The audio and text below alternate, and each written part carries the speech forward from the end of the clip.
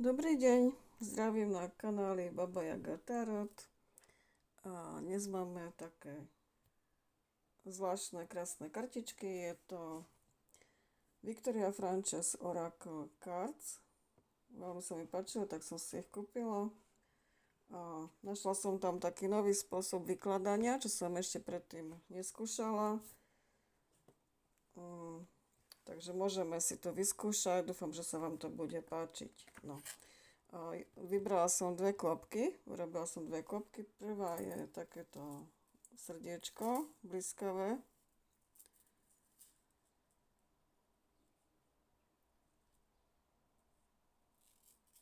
A druhá je takéto, vnútri je rubín, červený rubín. No. Takže môžeme ísť hneď na balíček číslo 1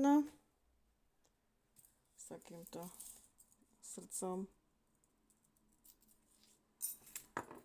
No, a je to taký výklad, že čo nás blokuje, kto nás blokuje, potom, že čo mám urobiť preto, aby sme to odstránili zo života, čo sa stane, keď to odstránime a možný potenciál osoby, ktorá si vybrala ten balíček. No a vybrala som na to dve karty. Takže, čo nás blokuje? Tu je žena ponorená do vody a nabadá táto karta, že voda predstavuje tie emócie, ktoré už majú byť prekonané, že keď nám budú v minulosti niekto ublížil, tak už sa v tom nemáme ako babrať, hej, alebo neviem, aké slovo mám použiť. Nemáme sa v tom už namáčať, že proste už sa máme posunúť, že už je čas proste ísť ďalej. A kto nás blokuje? Vyšla tu karta, taká je to, ja by som to povedala jednoducho, že je to karta niekoho, kto je v stagnácii, čiže blokuje nás niekto, kto je v stagnácii. Že okolo neho ide ten život a on je nejaký taký zasnený. Okolo neho ako prelietávajú tie netopiere.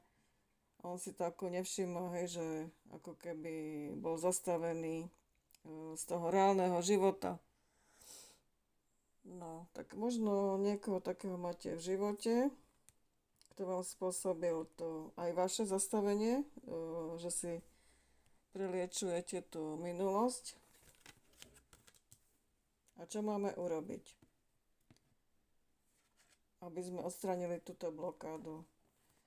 Ísť znovu do takých krásnych, čistých energií, ale máme si dať pozor na takých psychických upírov, ktorí cítia tú krásnu energiu a veľmi často takíto tí upíry sa na nás prilepia a mohli by nás nejakým spôsobom poškodiť, hej, že by sme zasa išli dole psychicky. Niekedy si môžeme natočiť také video o tých psychických upíroch, že ako oni pôsobia. Napríklad strieľajú na seba pozornosť, že teraz nám hovoria svoje príbehy, alebo o tom, že ľutujme ich, lebo akí sú oni chorí, alebo ako ešte povedia nám niečo škaredé, to už je horšie, že my sa potom cítime zle a oni tak povyrastú, hej, lebo sa nakrmili našou energiou. No a táto karta nás aj nabadá, aby sme napríklad išli do prírody a treba s bosými nohami na zem, na trávu, alebo nechali sa ovievať vetrom, proste spojili sa s tou prírodou, a aby sme sa zamerali sami na seba, aby sme si teraz venovali ten čas sami sebe. Nemáme ho venovať tej osobe, ktorá nám nejakým spôsobom poškodila v minulosti, ale máme sa zamerať sami na seba. A čo sa stane, keď my toto zvládneme? No táto karta sa volá, že ustarostená nejaká panna alebo deva. To je karta, ktorá zobrazuje situáciu, že je na nás toho nejak príliš veľa, hej. To môže byť, že sa preberieme z tej letargie a teraz, zrazu je nejak toho veľa, čo sme neriešili a nevieme, kam skonopí, hej, akože. No, tak oni nás pozbudzujú, že proste to je len dočasný stav, že všetko prejde a všetko bude dobré. Toho, kto si vybral tento balíček. A výsledok je tu karta, že prázdny hrob lásky sa toto volá. Že proste človek ostal taký sám nenaplnený, by som to preložila a vlastne zvláštne, že aj toto srdiečko je vnútri prázdne, hej. Že ono je vlastne navonok také lesklé, krásne, ale vnútri prázdne, nenaplnené, zvláštne. No, že proste ostala nám prázdnota po niekom, je to možné, že bohužiaľ, no už si to, ale musíme spracovať, že čas od toho odísť, pretože život ide ďalej, hej. A ďalšiu kartu som si na to vyložila, že je tu takáto osôbka, ktorá má veľké odhodlanie, je to nejaká filozofická duša a že ona proste má v sebe tú silu, že keď niečo chce, tak to dosiahne. A že má v sebe takú dravosť, že ona proste keď sa sústredí na to, čo chce, tak ona ide za tým a dosiahne to, ničoho sa nezaľakne. No. Takže to je ten potenciál tejto osobky, ktorá tu je a takisto je to také pozbudenie od vyšších síl. Dobre, tak ideme na balíček číslo 2. Dúfam, že si to našlo toho adresáta, koho malo. A balíček číslo 2 s tým srdiečkom, ktorý má vnútri rubíny. Tak.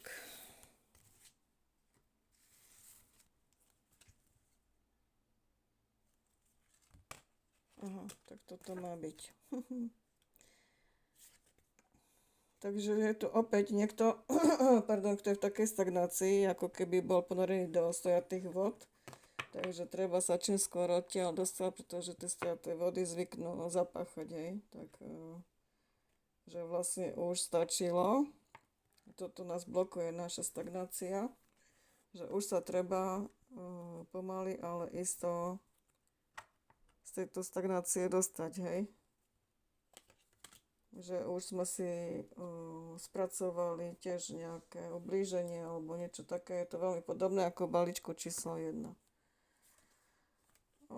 Čo to stále naopak vyberám. Tak to tam má byť. A kto nás blokuje? Takáto nejaká sebavedomá osoba. Krásna. My sa možno porovnávame s niekým, kto na sebe tvrdo pracoval aj dosť dlho a už dosiahol taký stav, kedy má sebavedomie napriek všetkému, čo sa okolo neho deje. Toto je vlastne posledná karta tohoto deku, tohoto balíčka. Čiže to je vlastne už ako keby, že máme už vyriešené všetko, hej, a už len žiarime a naše okolie to vníma. No a nás to môže blokovať, že niekoho takého poznáme a porovnávame sa, však ona je oveľa lepšia ako ja, alebo niečo také, hej, a že ja nikdy nedosiahnem to, čo ona, takéto pocity, ale to vôbec nie je tak, ako my máme tie pocity, pretože my nevidíme tú prácu, ktorá tiež ona musela zvládnuť, aby sa dostala do takejto energie. My vidíme už iba ten výsledok. Takže čo máme spraviť, aby sme prekonali tú stagnáciu? Táto karta sa volá, že zrkadlo vo svetle sviečok. Pýtajú sa nás, prečo nevidíme, ako žiarivou bytosťou my sme, aj keď všetci ostatní to vidia, prečo to nevidíme my. Že máme odhodiť masky a ukázať sa taký, aký sme aj navonok, hej, sa máme ukázať taký, aký sme vnútri. Že sme krásna, žiarivá bytosť. A čo sa potom stane? Bože, stále vyťahujem tú kartu. Je tu takáto karta s maskami, hej. Toto bolo také zvláštne, že máme ľudí masky a tu sú osoby v maskách. Takže my vlastne máme, keď začneme byť sami sebou, tak z nášho života odídu ľudia, ktorí tam nepatria, hej. Ktorí nás neprijímajú takých, akí sme naozaj. Čiže my vlastne ich nemáme tolerovať. Keď nás nechcú takých, akí sme, tak nech si nájdu niekoho iného, kto sa k ním lepšie hodí napríklad. No. A posledná, to je akože potenciál, posledná karta. Potenciál tejto osoby je, že nájde tú podporu v okolí, hej? Lebo tu je to dieťa, ktoré sa drží tej kamennej sochy a hľadá tú podporu v okolí. Hľadá tu možno aj u nejakého pozemského aniela, čiže niekto, kto mu je veľmi blízky, alebo buď v rodine, alebo nejaký priateľ, proste u koho cíti také anielské až vibrácie, hej. No a to je tá dobrá správa, že v každej chvíli človek môže poprosiť o pomoc, keď sa cíti nejaký neistý. No a potom ešte som na to doložila tú poslednú kartu a tu je krásna čarodejka, čiže náš potenciál je, pre tých, ktorí si brali balíček číslo 2, je, že máme veľmi krásne napojenie na vyššie sily a máme sa venovať vykladaniu kariet alebo nejakému duchovnému smeru, ktorý nás baví, hej. Toto je pre mňa taká najkrajšia karta z celého balíčka, takže kto si vybral číslo 2, tak má talent na vykladanie kariet alebo nejaké duchovné záležitosti a je prirodzený učiteľ, tam to bolo napísané, takže môže viesť druhých ľudí. Môže ich učiť. Niečo také, čo treba on si stiahol od tých vyšších síl a môže on toto dávať ďalej. No, takže obidva balíčky sú veľmi krásne. Dobre, tak dúfam, že vám to pomohlo. A veľa ľudí má program ako neviditeľnosti, hej, že ho ľudia nevnímajú, ale to je preto, lebo možno on sám sa bojí ukázať taký, aký je naozaj a preto ho aj ľudia ako keby nevnímajú. No, takže nebojme sa ukázať tie naše krásne vlastnosti, ktorým môžeme aj pomôcť druhým ľuďom okolo seba. No, dobre, takže držíme si palce. Prajem všetko dobré. Majte sa, ahojte, tak zasa ďalší výklad natočíme niekedy na budúce. Ahoj.